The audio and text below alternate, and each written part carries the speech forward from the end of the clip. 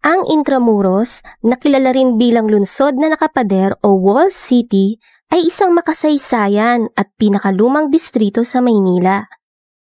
Itinatag ito ng mga Kastila noong 1571 ni Miguel Lopez de Legazpi at nagsilbing sentro ng pamahalaan, relihiyon at edukasyon sa panahon ng kolonyal na Kastila. Kilala ito sa bansag na The Wall City dahil nagmula ito sa salitang Kastila na intra, na ang ibig sabihin ay loob, at muros na nangangahulugang pader.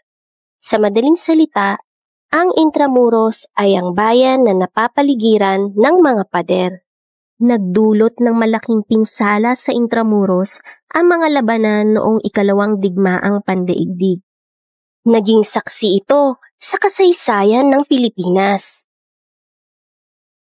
Ngunit, marami pa rin itong napanatili na mga makasaysayang gusali. Ngayon, ang Intramuros ay isang tanyag na destinasyon ng mga turista at isang mahalagang simbolo ng kasaysayan at kultura ng Pilipinas. Halika at ating silipin ang ilan sa mga ito.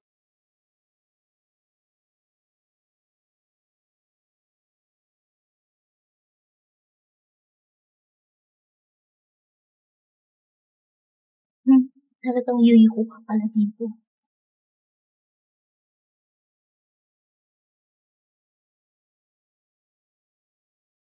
Isa na rito, ang Memorare Manila 1945.